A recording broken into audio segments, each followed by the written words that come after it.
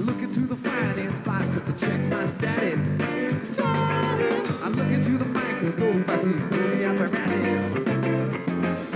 Golgi, oh, woe is me.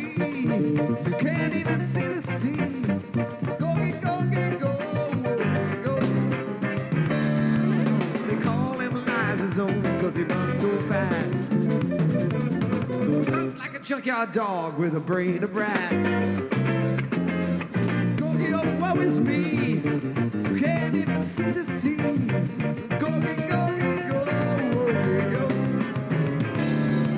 I saw you with a ticket stub in your hand. I saw you with a ticket stub in your hand. I saw you with a ticket stub in your hand. I saw you under the light, middle of the night. Couldn't get it wrong. I saw you with a ticket stub in your hand. I saw you with a ticket stub in your hand. I saw you with a ticket stub in your hand. I saw you middle of the night. Couldn't get it wrong. So I had to.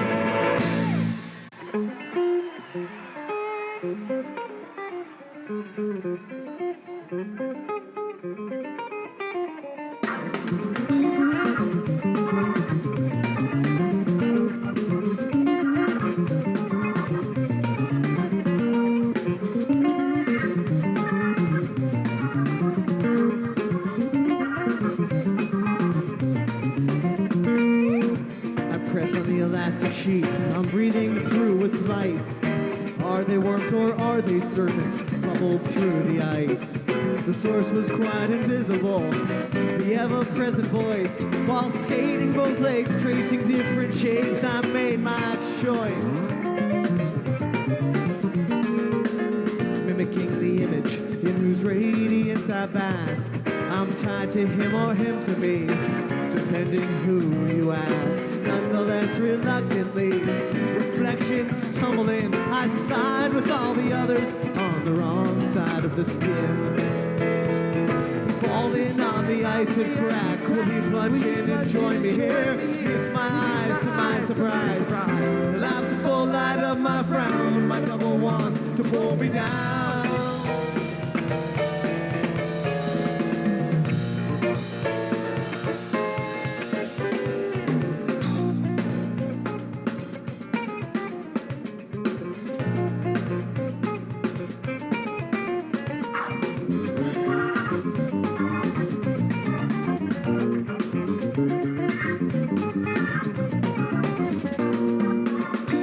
On the friction slide, my skin peels to the bone.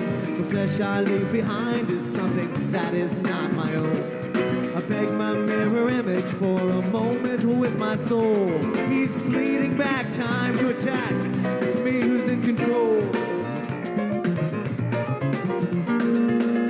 Every move I make, he's got a hand up just in time. He's throwing several punches and he's blocking most of mine.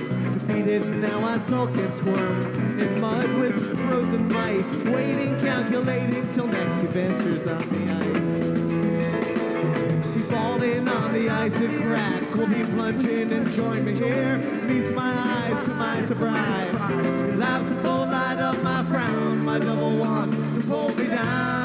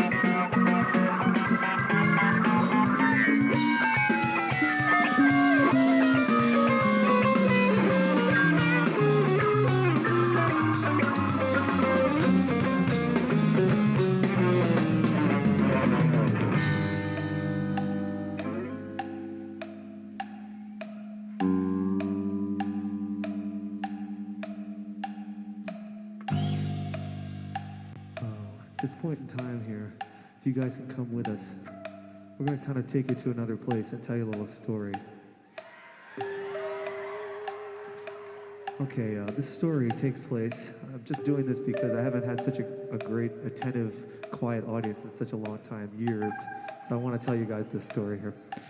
Okay, what we were just singing about there in that last song here is this thing where the guy is skating out in the middle of the ice, and he's sort of attached to his mirror image on the ice, and he starts to have a battle with his mirror image. And his mirror image reaches up and is trying to drag him down into the ice. And right now we're kind of sunk down into the ice, below the ice. And down in this ice here, we're going to kind of travel down into a different land. Now, if you come with me, please kind of picture off in the distance here, a green field stretching off in the distance, and the forest rising up over that way, and a mountain coming up out of the forest. And this is a place called Gamehenge. Now, so if you can imagine that we're all there now. For thousands of years, millions of years, eons, Gamehenge was one of the most peaceful and beautiful places in the universe. People lived in peace and harmony with nature, and these people were called the lizard people, and everything was great. They had a god that they prayed to that lived up on top of the mountain, and his name was the great and knowledgeable Iculus. Now, Iculus had written this book for the people, and it was called the Helping Friendly Book, and it had been written so long ago that no one could even remember. It had been around forever, and the book sort of gave them their reason for being, and it told them how to stay in peace with nature and peace with the trees and the land and everything. So like I said, for eons, thousands of years, everything was great. They were living in beautiful harmony. Eventually, one day, this traveler came along, and he came from a sort of a later time, and he came along, and he saw all these innocent people. And since he had already been corrupted by society and everything outside of this little community, he saw the potential for enslaving these people and using them for power. So what he did was he stole the book from them, and he built a castle, cut down all the trees, and built this huge castle that raised out of the forest. He hid the book in the highest tower in the castle, and declared himself king. And without the book, these people were pretty much helpless. So he enslaved them and gained a lot of power from this. Now, one day in another sort of part of the universe, there was this guy named Colonel Forbin. And unbeknownst to him, he was shaving in his mirror one day, and everything was cool. But his life was he was older, he's a retired colonel, and his life was kind of going nowhere. And he's walking his dog out there one day, McGrupp, the watchful dog. And as he's walking along, he's kind of going over the crest of this hill, and he sees this sort of, it's sort of just in the air, there's a little bit of an imaging thing here, things kind of swirling around, and it caught his curiosity. And so he walked towards it, came up to this thing, and as he got to it, he stepped through.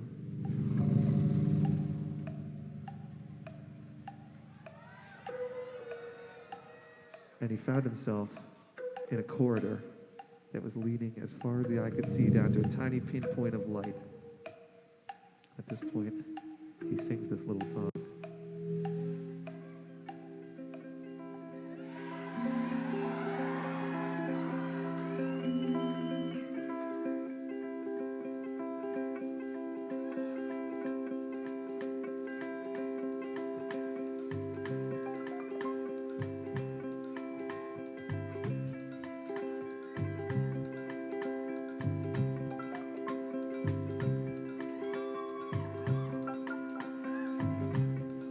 Passing through the corridor, I came upon an aging knight who leaned against the wall in gnarly armor.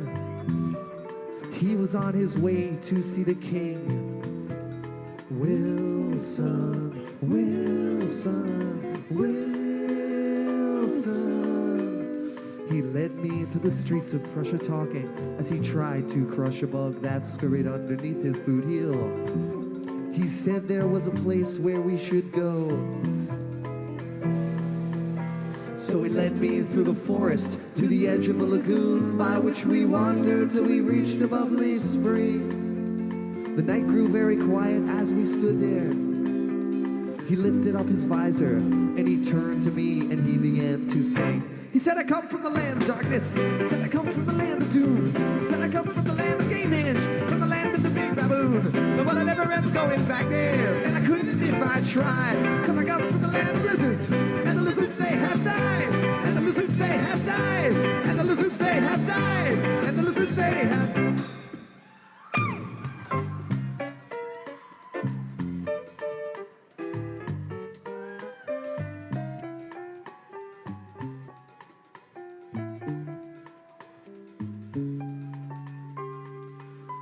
He told me that the lizards were a race of people practically extinct from doing things smart people don't do.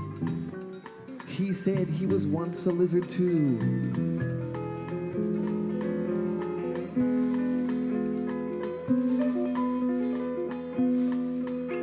His name was Rutherford the Brave, and he was on a quest to save his people from the fate that lay before them. Their clumsy end was perilously near.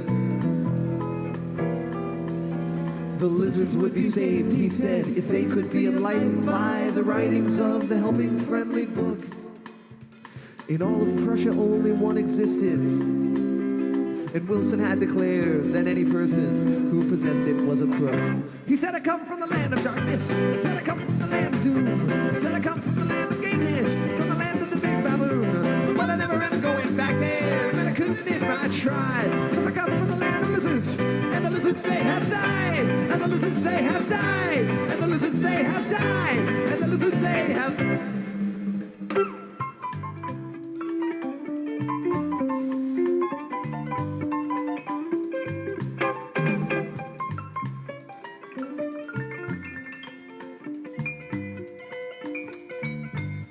The helping friendly book, it seemed, possessed the ancient secrets of eternal joy and never-ending splendor.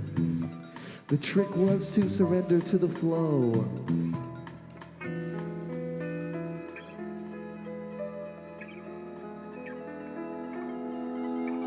We walked along beneath the moon. He led us through the bush till soon we saw before our eyes a raging river. He said we can swim it if we try. And saying this the night dove in, forgetting that his suit of arms would surely weigh him down, and so he sunk. And as his body disappeared before me, I bowed my head in silence and remembered all the thoughts that he had thunk. He said, I come from the land of darkness. He said, I come from the land of doom. He said, I come from the land of game edge, from the land of the big baboon. But I never am going back there, and I couldn't if I tried. Cause I come from the land of lizards, and the lizards they have.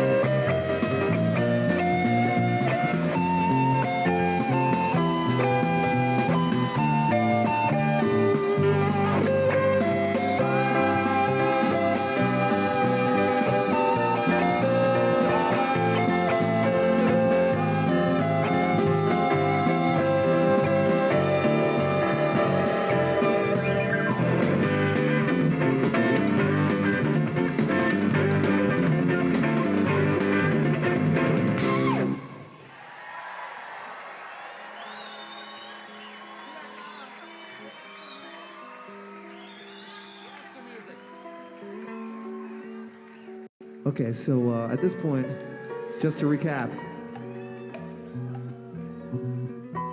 here's what's happened.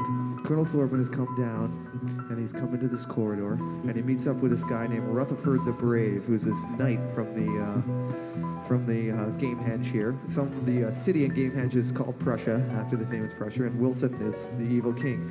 So Colonel Forbin comes down and he meets Rutherford the Brave, and they walk down the aisle, and Rutherford starts to tell him all about the history of Gamehenge, the Helping Friendly book, Wilson, and they go off and they stand next to this lagoon for a while, and they go up and they're up next to this raging river, and Rutherford, he's not too bright, he falls into the river with his suit of armor on, sinks to the bottom. So Colonel Forbin, standing by the side of the river, doesn't know what he's going to do. Rutherford is sinking at the bottom of this raging river, when suddenly he looks across the river, and he sees this huge sort of hairy monster, and then this other four-legged beast with a beautiful woman on it who comes riding up towards him. And this is Tela.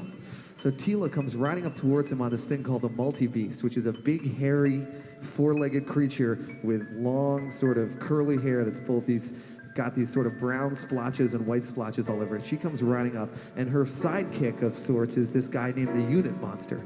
Now, the Unit Monster is a huge, strong beast, and he dives into the water, swims to the place where Rutherford the Brave has sank, and lifts Rutherford up, saves him, brings him over to the shore, and puts him down. Now, Rutherford is recovering.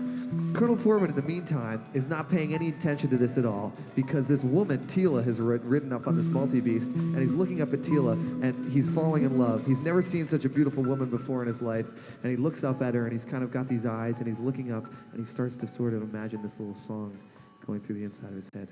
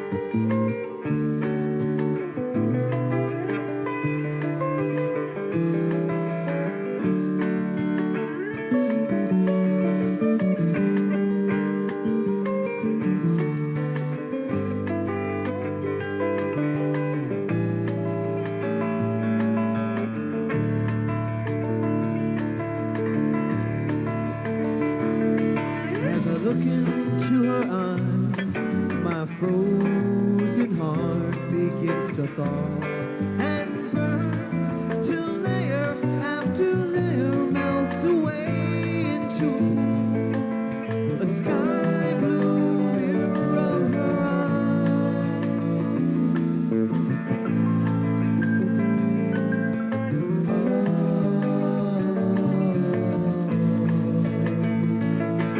My soul is made of marble, but in her gaze I crumble into dust and drift away on the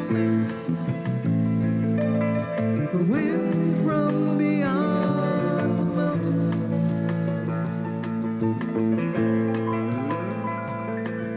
The wind from beyond the mountains.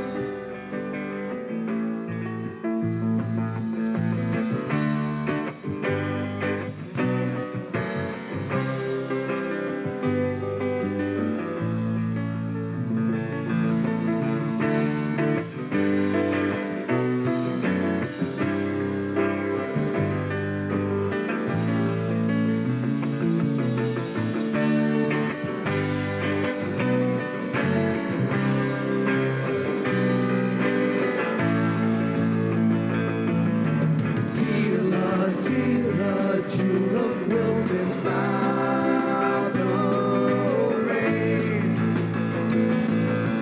Tela, Tela, Jewel of Wilson's found domain.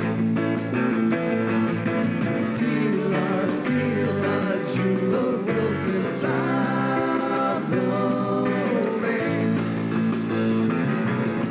Tela, Tela, Jewel of Wilson's found domain.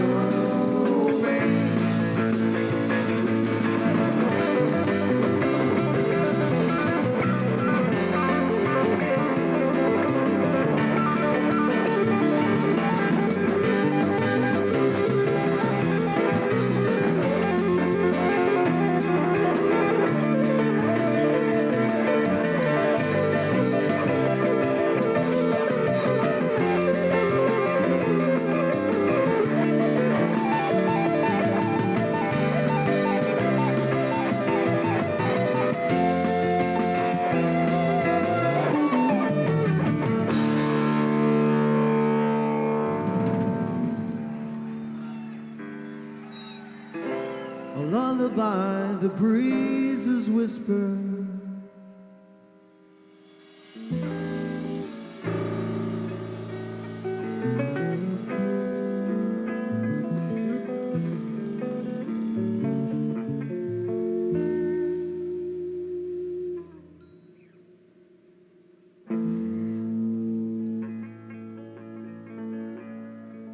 Okay, so Colonel Forbin is looking up now into the face of this beautiful woman, realizes he's in love, doesn't know what he's going to do about it, but in the meantime, you've got this knight here, Rutherford the Brave, who's basically half drowned, and they've got to get him back to where he comes from, so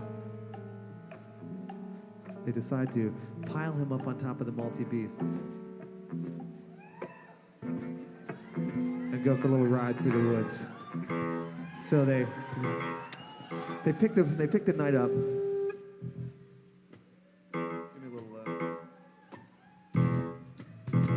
Okay, they pick the knight up, they put him on the back of the multi-beast, they put Colonel Forbin up there, and they put Tela up there, and they start to ride through the woods.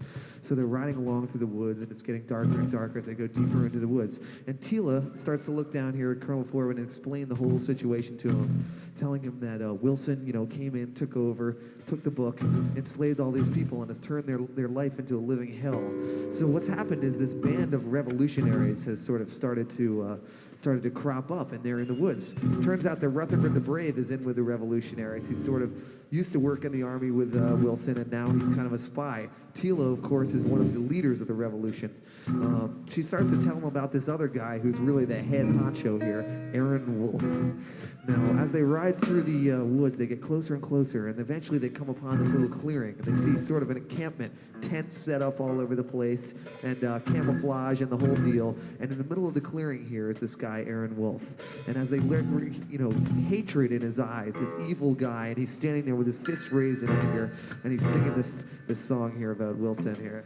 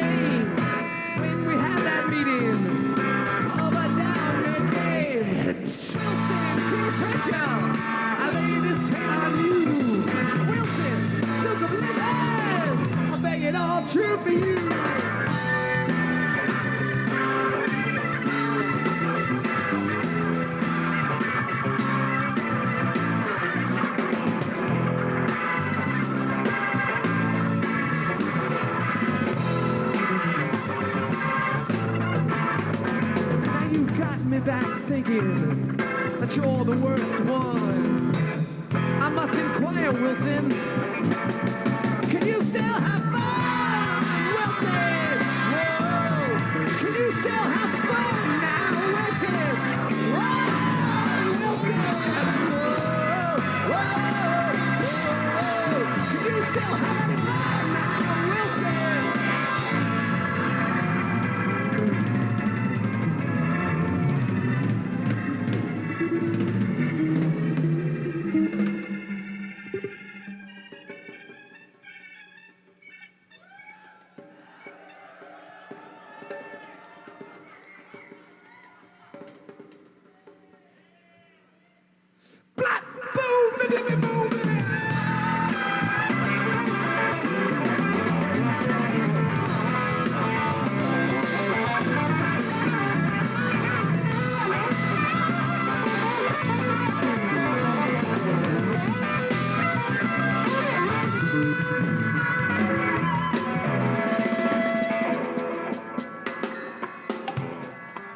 So they ride into the clearing here, and there's Aaron Wolf singing this song about how much he hates Wilson and everything.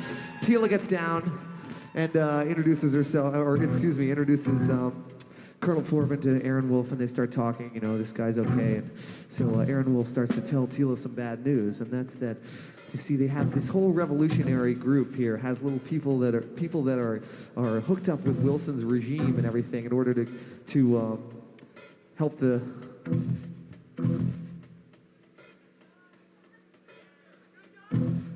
Sorry, just looking at this guy down here. These people are in with Wilson's regime, and the whole way this revolution is happening is basically by people that work within the Wilson's whole crew there. One of the guys is this guy named Mr. Palmer. Now, Mr. Palmer is basically an financial guy, and he's been stealing funds from Wilson and shifting them to the revolutionaries in order to fund this whole revolution. The bad news, of course, is that Wilson has just found out about this whole thing, and Mr. Palmer is about to get hung in the public square.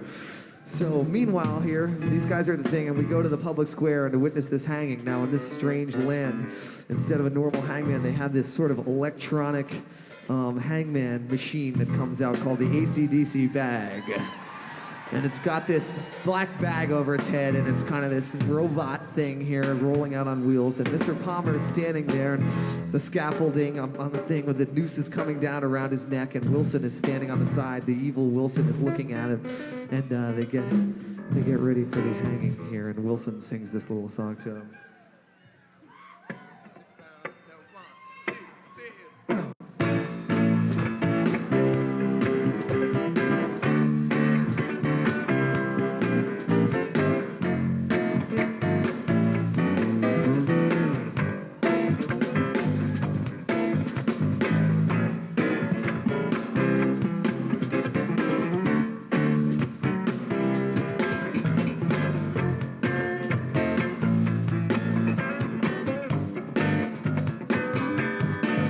Mr. Palmer is concerned with $1,000 question. Just like Roger, he's a crazy little kid.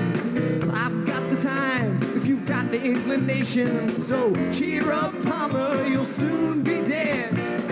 The noose is hanging, at least you won't die wondering. Sit up and take notice, tell it like it is. If I were near you, I wouldn't be far from you. I've got a feeling you know what you did. AC/DC bag, AC/DC bag, AC/DC bag, DC bag, AC/DC bag, AC/DC bag, AC/DC bag, DC bag. Time to put your money where your mouth is. I'll put them in a field and let them fight it out. I'm running so fast, my feet don't touch the ground. I'm a stranger here, I'm going down. Let's get down to the nitty gritty. Let's get the show on the road. I'll show you mine if you show me yours. I'm breathing hard, open the door. AC/DC bag, AC/DC bag, AC/DC bag, DC bag, AC/DC bag, AC/DC bag, AC/DC bag, DC bag.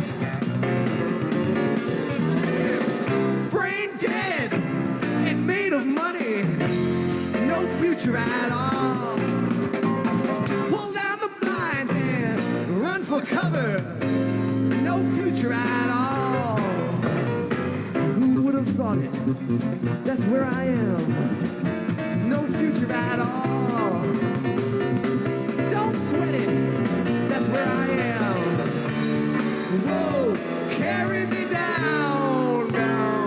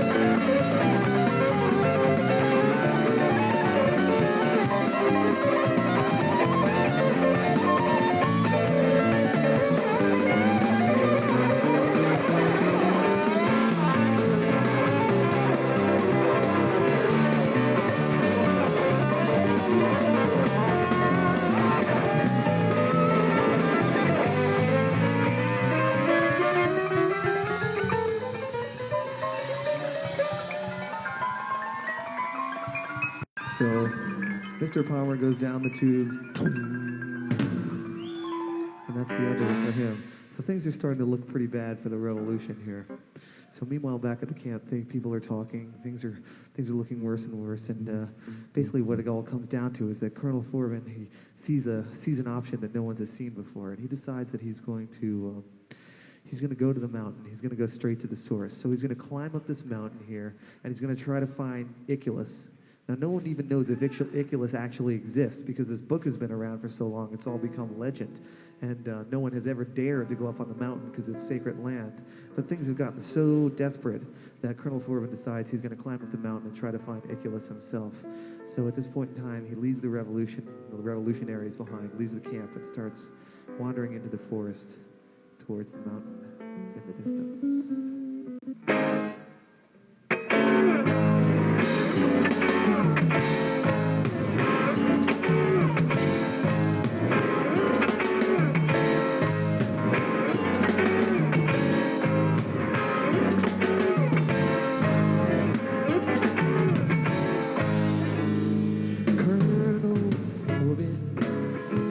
At the mountain and wiped away the beads of sweat that glistened on his brow. His tired feet were buried in the quagmire, and his bloodshot eyes saw all that lay between him and fulfillment of his vow. And he felt his fingers wrap around the knotted root and pull his body upwards to a sea green mossy boulder, and he dragged his weary shit ass up the mountain, and he climbed so slowly, he climbed so slowly ahead.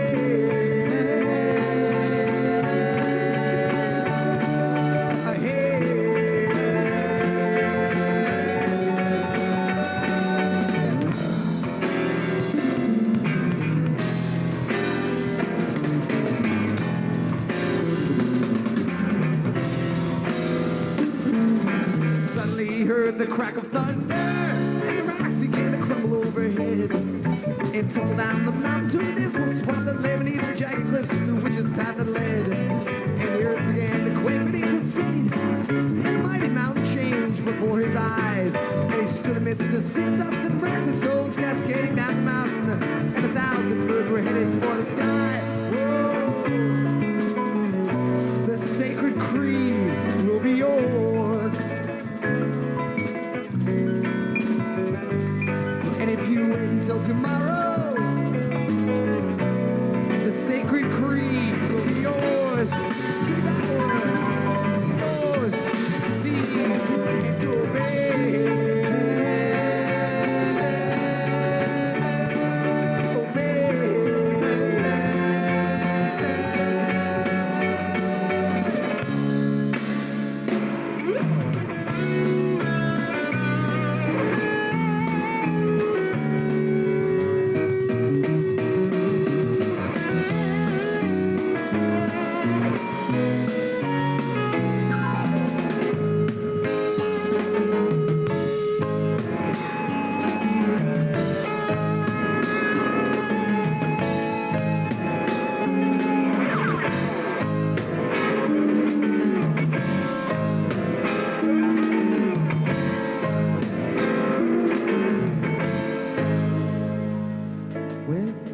Dust had cleared, the colonel lifted up his head and was driven to his knees by a blazing beam of light, and he saw the silhouette that stood before him, and he bowed in reverence, trembling in the shadow of the mighty legend's form.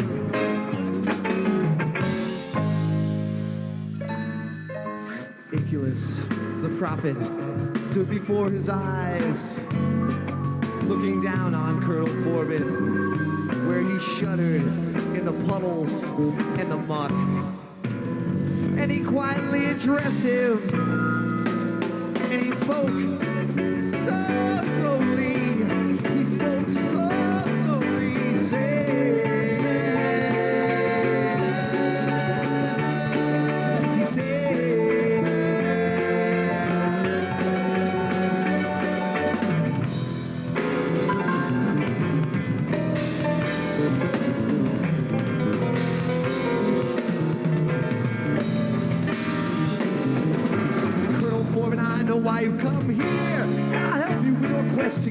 courage that you lack.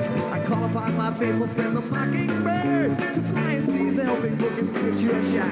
For the tree of knowledge in your soul will grow, and the helping friendly book will plant the seed. But I warn you that our knowledge, sitting innocent and pure, becomes a deadly weapon in the hands of avarice and greed. Oh,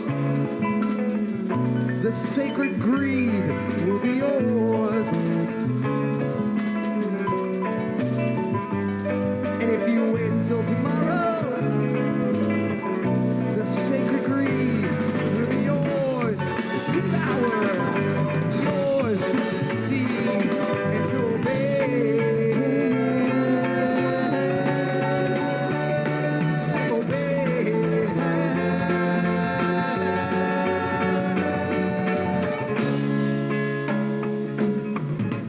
So Colonel Forbin gets up to the top of the mountain. The mountain starts to quake and crumble all around him. The whole mountain is falling apart, boulders tumbling down everywhere until the whole face of the mountain turns into the face of the great and knowledgeable Iculus. And he's looking up at Iculus, and Iculus is looking down, and Iculus says, okay, I'm going to help you out here. I'm going to send for my friend, the famous Mockingbird. He's going to go get the book out of the castle, steal it for you, and bring it back. But he sends him along with this warning, and he says, you know, a book that has all the knowledge inherent in the universe is not necessarily such a good thing, so you better watch out, because the people here, the lizard people and game hens, used to have this book, and they were so innocent that they didn't really see the possibility of using it in any other way except good ways. Now this guy Wilson has come along with his corrupted ideals, enslaved them. They're all, you know, it's terrible that he's done this, but the thing is that he's kind of brought this germ with him. So Iculus tells Colonel Forbin, I'm going to send this book down here. You better watch out who gets their hands on it, because you never know now. So at this point in time, the famous Mockingbird comes flying out of the sky, flying out of the sky, flying out of the sky. And he goes over to the castle, and he gets the book, and he brings it back.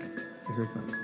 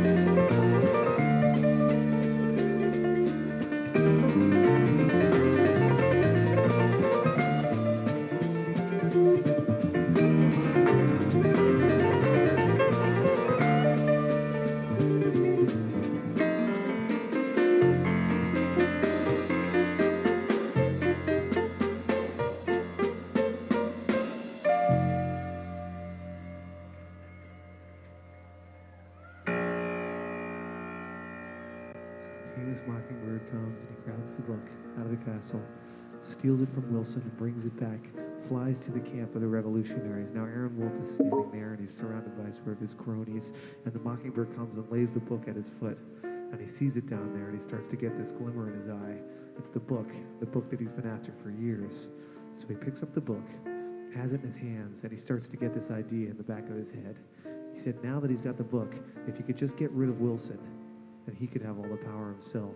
So he thinks about a friend of his that lives way in the depths of the heart of the city of Prussia, the meanest, most ugly guy in all of Prussia. And he's going to hire this guy to help him kill Wilson. So he needs this guy to knock Wilson off. So he goes into town and he finds this guy. This guy's name is the Sloth. So now he's going in to find the Sloth to help him kill Wilson.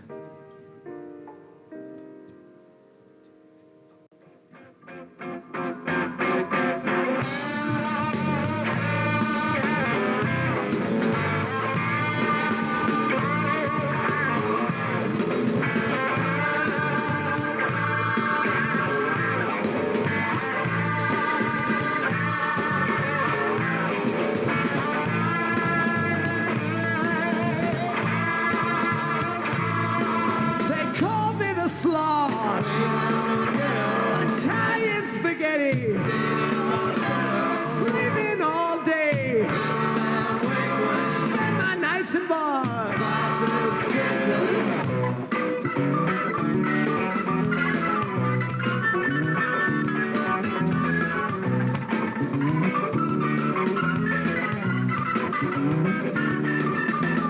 I'm so bad, he's so nasty.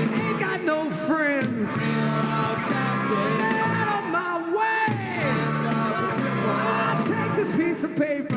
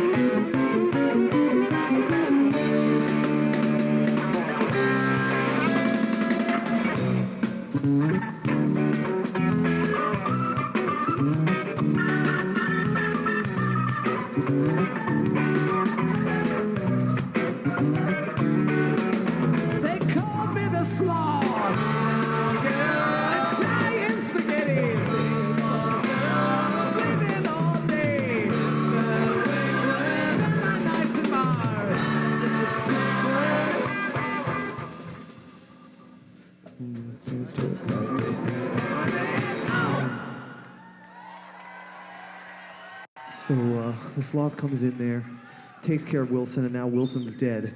And so things go on from here, and there's lots of other songs that go along with this story. We're going to do one more tune here that, if you can picture now, we're going out to the edge of Gamehenge here, and you've got this shepherd out there. It's years later. Everything after that went pretty much downhill in Gamehenge and never got any better. It became sort of a war-torn thing. And this shepherd is going to sort of tell his story about the way things happened and wrap the whole thing up here. So come with us here out to the edge of the edge of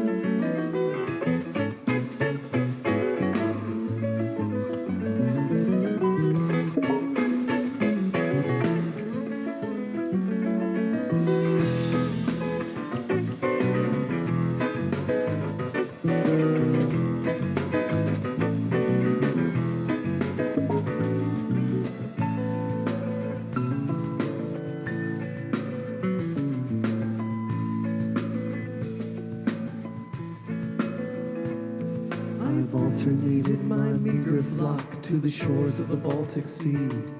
The teeth of time have stowed the rhyme of how things should be. My cave, my house, my turning wheel, my little docking pub. The march of Colonel Forbin and his fleet hound called the Grub.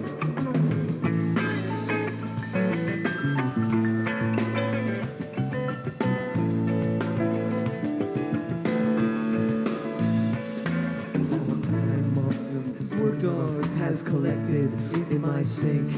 I tie my nose with spandex hose before I get a drink. We lie on frozen warthogs with this poison in our minds, while the ferns that spot our children are encased in orange rinds.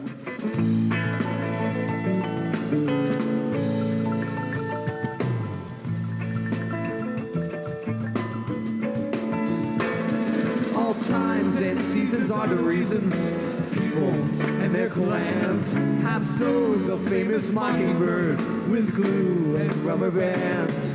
They writhe and cry in agony as Rutherford the Brave chokes Tela and the unit monster managing to save the spotted striper's multi-beast and thereby cheat his grave. I'd like to get his autograph, but he looks too much like Dave. He looks too much like Dave. He looks too much like Dave. He looks too much. He looks too much. He looks too much. He looks too much. He looks too much. He looks too much.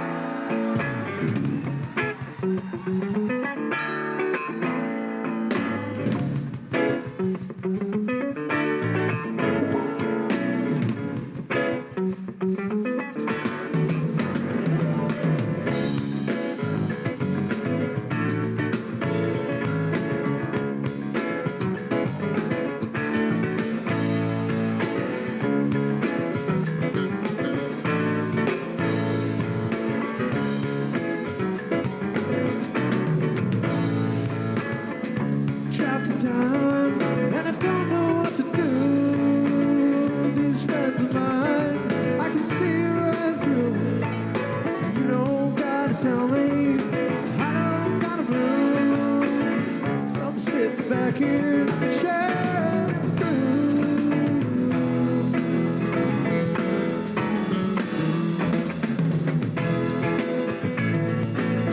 no, I know nice guy, nice guy.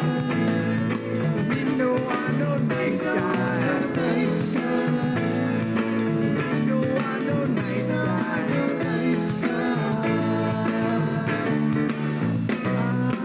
I'm walking through the hallways inside my mind. I chase the backbeat, far behind. Big dude at the doorway was blocking my way. He reached to grab me. This is what he said.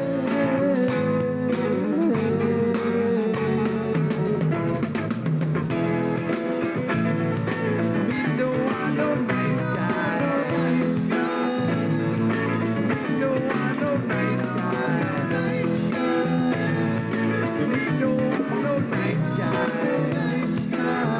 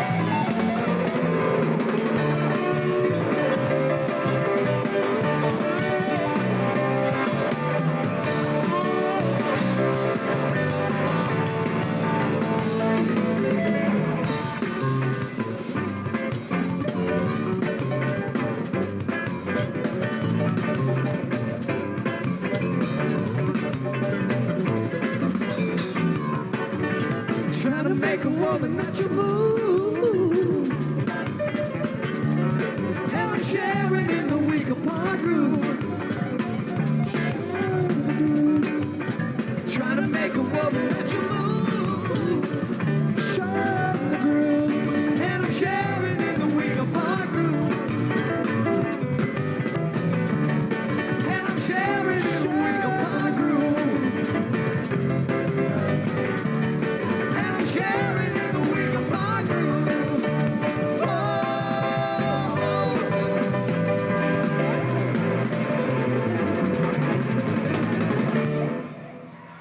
Thanks a lot. Okay, we'll see you guys.